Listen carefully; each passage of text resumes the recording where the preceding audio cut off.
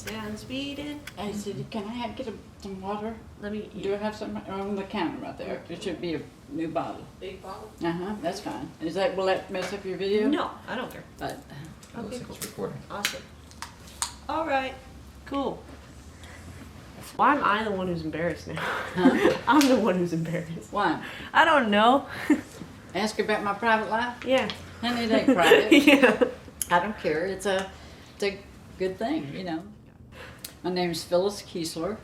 I was Fusen before Kiesler, and my maiden name. And I was born and raised in Kentucky, southeastern Kentucky, and I graduated and went to Ohio, where I met David.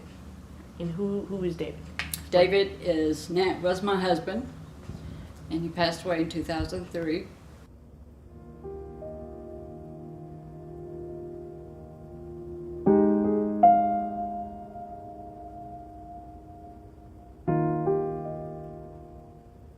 How did you meet David? It was kind of a setup. I worked with his brother. I got a job and worked with his brother who wanted to take me out. And I didn't like him as a boyfriend. I liked him as a friend. And so he then wanted to introduce me to his brother David. And he told me a lot about David. And David was a dated a lot and partied a lot. And so I said, no, I won't go out with him. And because he had a reputation. But he finally talked me into it. And we went out on our first date, and we went and seen the movie Bullet. From there, he was very bold, because then he took me and parked, wanting to make out. And so I did not. I said no. I said, just take me on home, time to go. So he apologized and then took me home and asked me if we could go out again.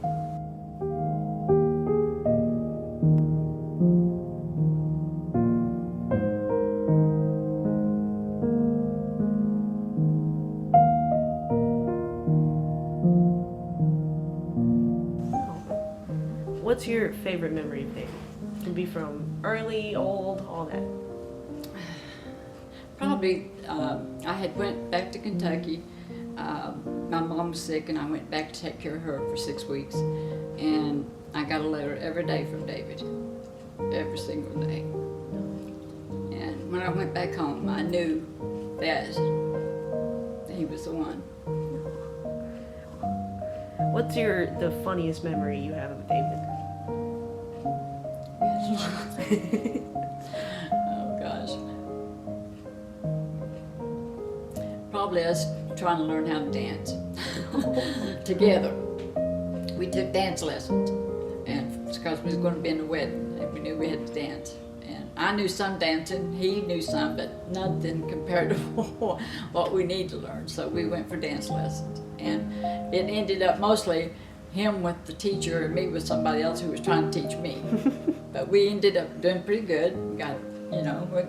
We laughed a lot and had a good time, and went to the wedding, and it turned out good. Hey.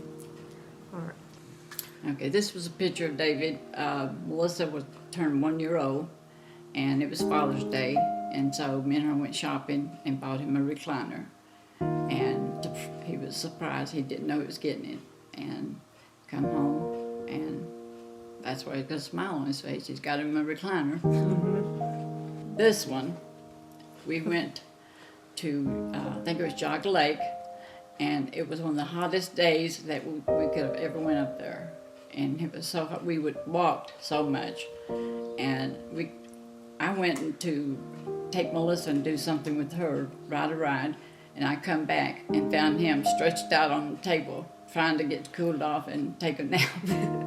This was a picture when we first was dating, and then we just got married. We hadn't been married long. And we went down to my sister brother-in-law, and Atari video games was very popular. And he spent most of his time with the girls, my nieces, playing Atari video games. Your favorite, your most favorite date you've ever been on?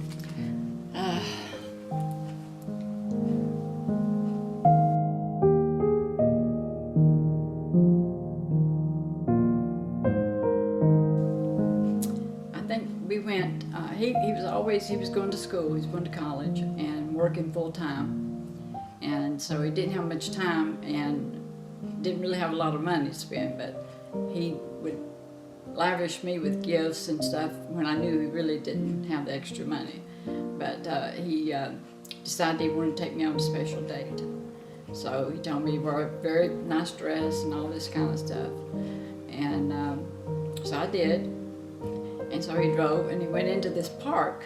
And I couldn't figure out why he would ask me to dress up if he was going into a park. But he was dressed up too. And when we got to the park, there was a special area and like around, I can't think what they're called, had a table set with candles, flowers, the works. And it was just me and him. And it was so special. That's when he told me he loved me. How would you describe David to someone who never met him? I think everyone, especially young people, loved David because he was set and he would listen to them. He didn't judge them. He didn't criticize them. If they asked him for advice, he would give them advice. But if they didn't, if there's something he should know that he should say, he would say it. But he did it in love and he was so gentle. That's what David's job was. That's what he felt he needed to do. That God had led him into that. And he had so many calling him when they needed help. He was always there for them. And my family loved him. But he was married 34 years before he died. The best 34 years of my life. The best husband anybody could have.